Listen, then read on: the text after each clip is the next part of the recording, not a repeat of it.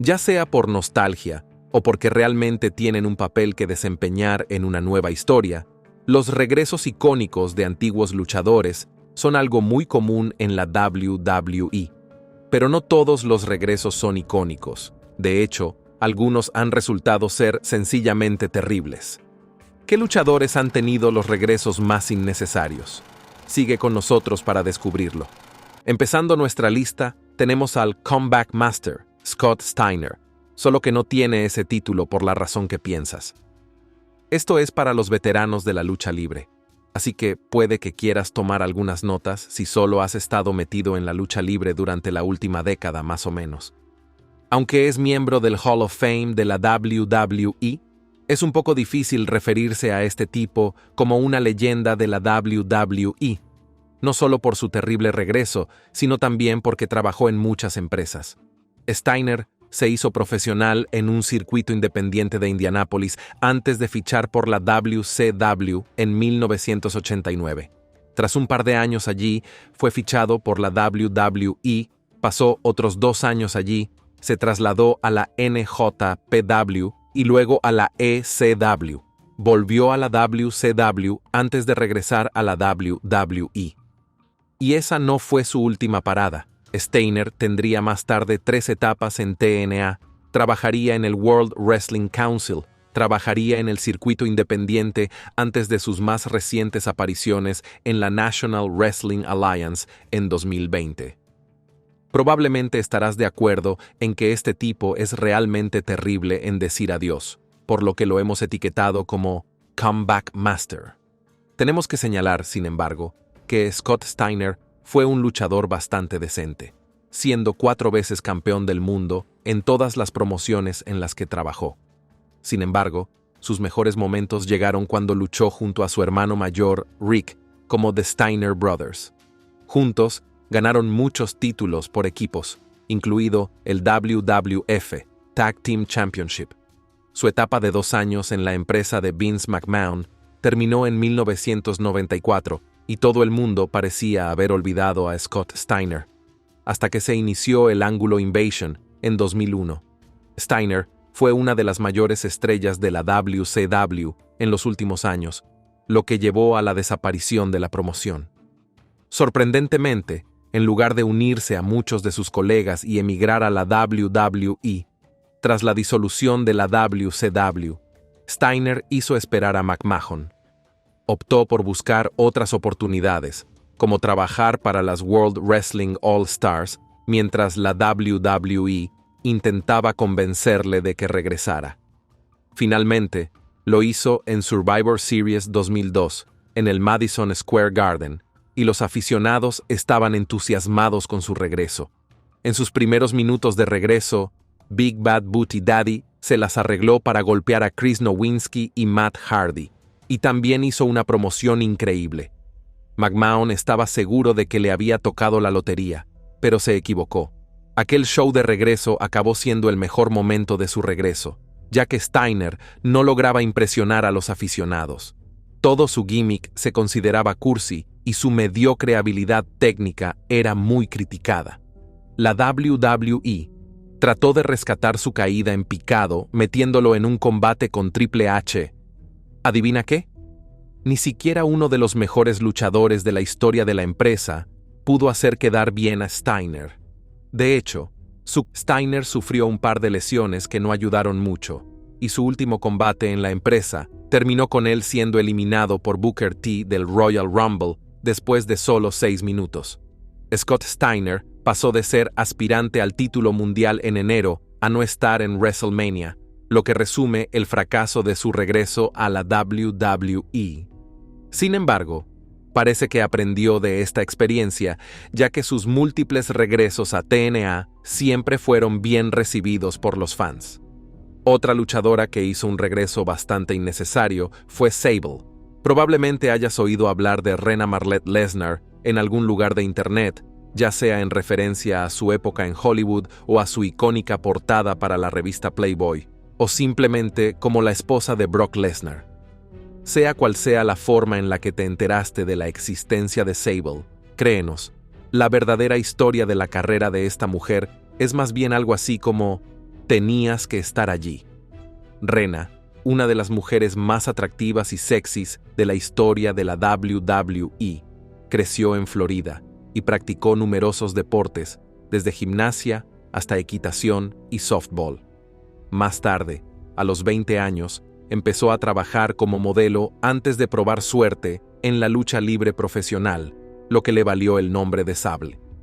Mucha gente no lo sabe, pero cuando esta mujer fichó por la WWE en 1996, no estaba destinada a convertirse en un personaje tan importante.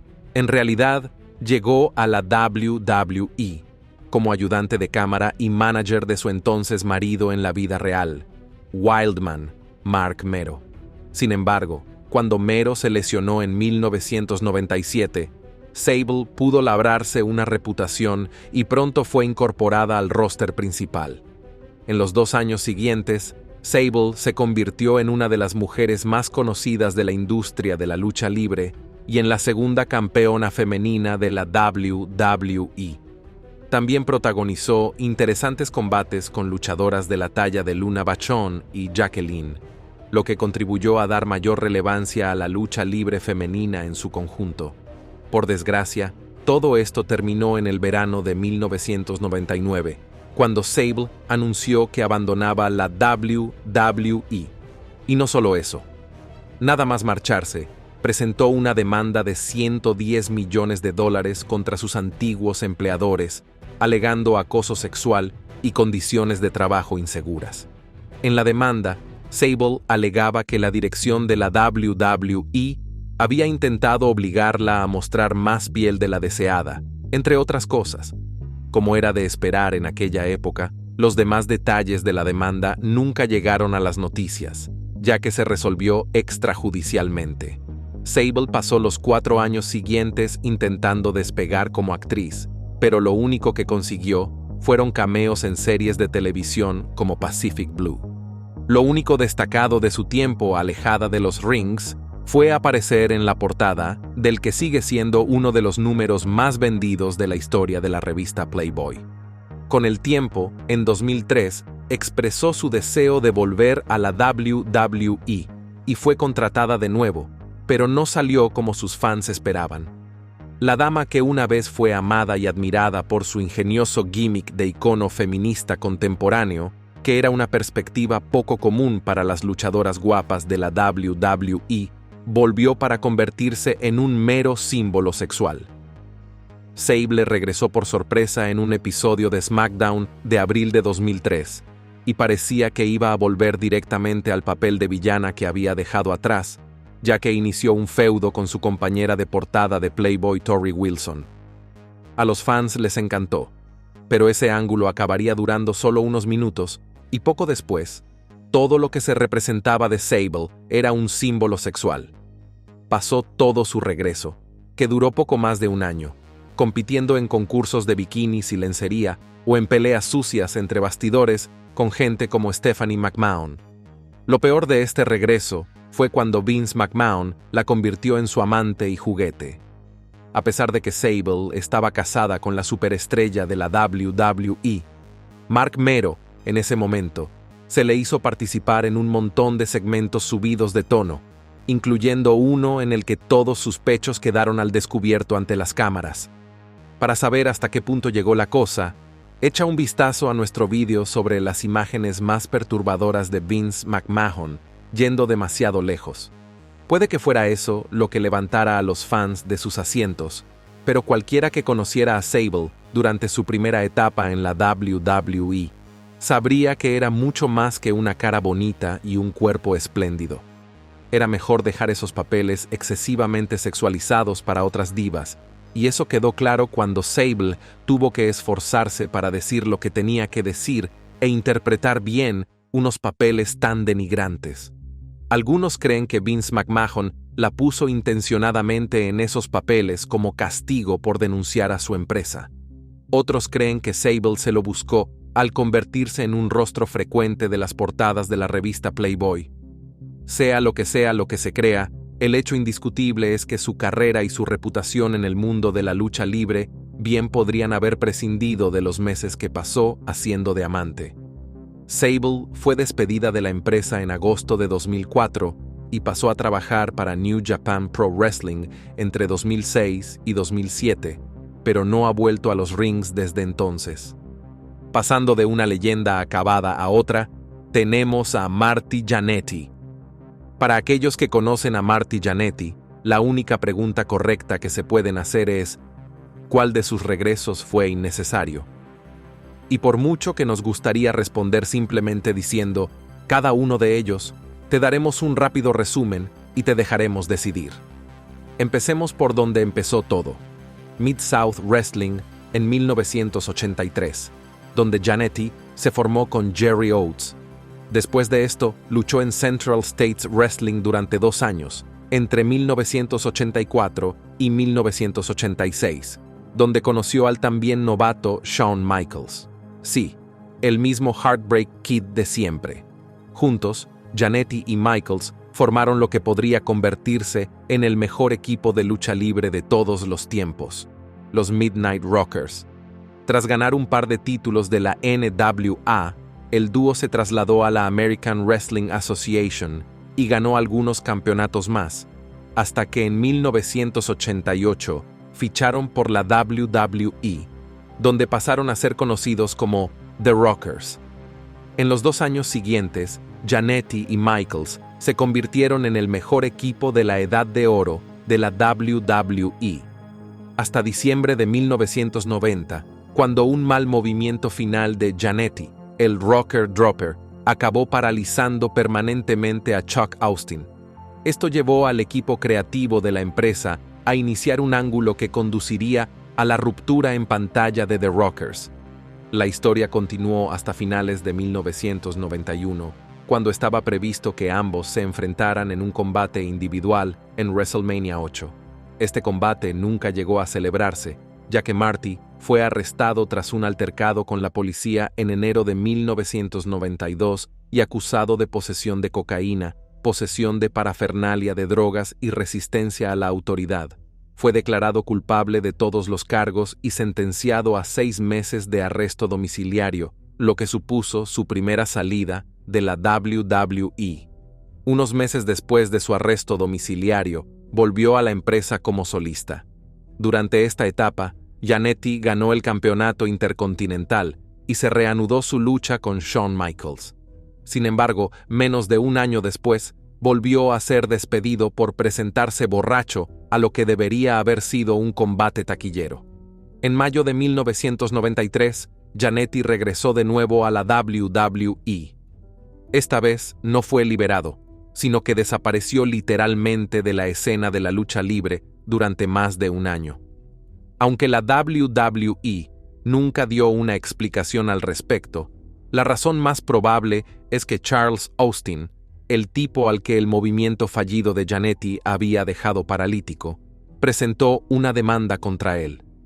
La siguiente vez que vimos a Marty fue en 1995, cuando tuvo algunas apariciones en la ECW, y como si la WWE estuviera esperando a que resurgiera, hizo otro regreso impactante.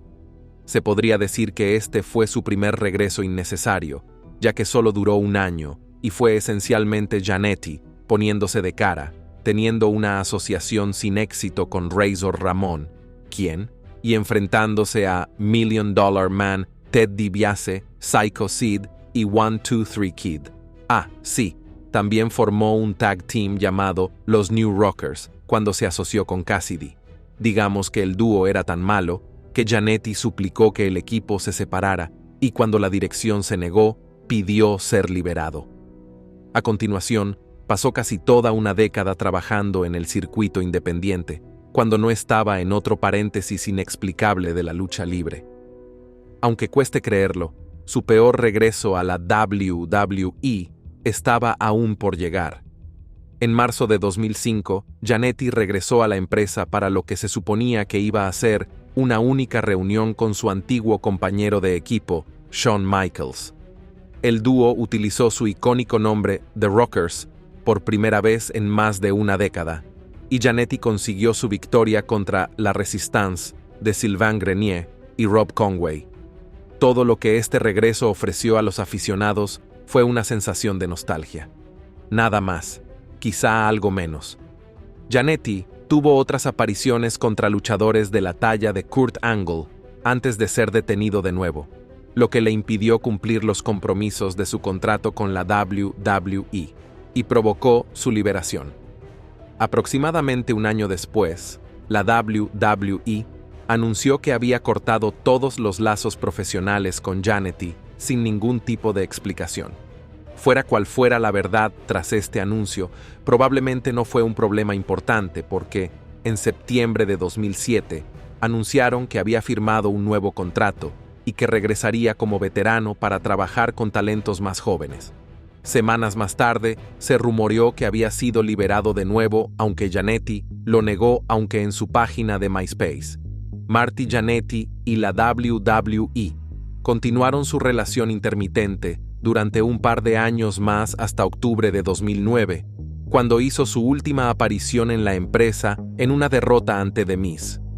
Aunque hizo apariciones en el circuito independiente tan recientemente como en 2017, lo último sobre Marty Jannetty es que ahora se ha arruinado absolutamente gracias a su estilo de vida de fiesta imprudente y problemas de abuso de sustancias, tan arruinado que en 2019 necesitaba una cirugía de tobillo y estaba demasiado arruinado para pagarla. Es realmente una locura que este tipo haya pasado un total de más de 10 años en la WWE, y sin embargo, ha sido despedido más veces de las que ganó títulos importantes en solitario. Y aunque ahora tiene 64 años, probablemente no podamos descartar otro regreso, aunque esperemos que nunca llegue. A continuación, tenemos a un tipo con una historia muy similar de múltiples periodos en la WWE y regresos fallidos, el British Bulldog. O como algunos lo conocen, Davey Boy Smith. Puede que tengas que llamar a tu viejo para esto, ya que David Smith comenzó a luchar en 1978. Primo de otra antigua superestrella de la WWE, Dynamite Kid, Smith empezó de adolescente luchando en el Reino Unido. En sus primeros años, fue ojeado muchas veces y finalmente llegó a promociones más reconocidas como Stampede Wrestling. Allí se asoció con su primo mayor Dynamite Kid para formar un tag team llamado British Bulldogs y, poco después, la WWE se hizo con el dúo en 1984. En los 2 años siguientes, los Bulldogs se convirtieron en campeones por equipos de la WWE y lo mantuvieron durante casi 9 meses. Acabarían abandonando la WWE en 1988 debido a problemas entre bastidores con los Fabulous Rougeau Brothers. Juntos, regresaron a Stampede Wrestling y luego a All Japan Pro Wrestling durante 2 años, pero en 1990, cuando regresaron a la WWE, solo Smith regresó, registrando el nombre de British Bulldog. Los 2 años siguientes fueron algo menos impresionantes que su primera vez en la WWE, pero tuvo un gran número de seguidores en el Reino Unido y ayudó a la WWE a ganar una mayor base de fans fuera de los EU, por lo que realmente no podemos decir que fracasó esta vez. Además, también ganó el campeonato intercontinental, y solo fue despedido debido a los rumores sobre su implicación en el escándalo de los esteroides en la empresa. A continuación, pasó varios periodos cortos en otras promociones. 1 año en ECW, menos de 1 en WCW y All Japan Pro Wrestling, y algún tiempo en su país natal, Inglaterra. Regresó por segunda vez a la WWE en 1994 y se vio envuelto en una lucha familiar entre Bret y Owen Hart. Este fue su periodo en solitario más exitoso en la empresa, no por los títulos ganados, sino por el gran papel que desempeñó en la historia de los hermanos Hart en el mejor momento de su carrera. La única razón por la que esta carrera perfecta llegó a su fin fue el infame Montreal Screwjob. McMahon y Shawn Michaels engañaron a Bret Hart para quitarle el título de campeón. Para más detalles sobre la saga del Screwjob, echa un vistazo a nuestro vídeo titulado ¿Por qué Shawn Michaels fue el luchador más odiado de los 90? La lealtad de Smith hacia Bret Hart hizo que decidiera seguir a Hart en su salida de la WWE, aunque esto supusiera pagar una cantidad bastante elevada. Junto a Hart, Smith volvió a la WCW, pero una desafortunada lesión le dejó paralítico durante 6 meses, lo que provocó que la empresa le dejara libre. David Smith ya tenía motivos suficientes para abandonar la WWE, poco más de un año antes de su última liberación, y en retrospectiva, probablemente debería haberse ceñido a su brújula moral y mantenerse alejado de la empresa de McMahon. Sin embargo, no se aferró a sus cebollas y regresó a la WWE en septiembre de 1999. La empresa acababa de entrar en la Attitude Era y esperaba que el British Bulldog pudiera continuar su viaje, convirtiéndose en un gran talento para ellos. Y para ser francos, no era una expectativa demasiado lejana por parte de la dirección. Después de todo, este tipo había sido uno de los mejores luchadores técnicos de finales de los 80 y principios de los 90. Algunos incluso dicen que era tan técnico como Bret Hart, considerado uno de los grandes de todos los tiempos. La habilidad y el atletismo de Smith en el ring fue una de las principales razones por las que su historia como uno de los hermanos Hart sobresalió como lo hizo durante su anterior etapa. Por desgracia, las cosas no salieron como todos los implicados esperaban. Podría haber sido el efecto de la lesión que sufrió el año anterior o sus luchas con el abuso de sustancias, o tal vez solo una historia pobre. Es realmente difícil poner los dedos en lo que causó un hechizo tan terrible para David Smith. Lo que era evidente era que Smith era una sombra de sí mismo y apenas podía ofrecer un porcentaje de las actuaciones por las que era conocido. De estar fuera en una historia con The Rock, su mala racha lo hundió tanto que tuvo que hacer equipo con gente como Mean Street Posse y luchar con Crash Holly, todo en menos de un año de su regreso a la empresa. Finalmente, en 2000, fue liberado de la promoción con sede en Stamford, tras ser obligado a ingresar en un programa de rehabilitación por Vince McMahon. Después de salir de rehabilitación, tuvo algunas apariciones en el circuito independiente y se informó de que había estado considerando otra oportunidad de ser un luchador de la WWE. Lamentablemente, nunca tuvo la oportunidad de reparar su dañada reputación en la WWE, ya que falleció apenas 2 años después. El último de nuestra lista es un tipo llamado Tatanka. Excepto que eres grande en ver a los chicos que están en la empresa en los contratos de leyendas, y nadie te culparía por no estar familiarizado con este nombre.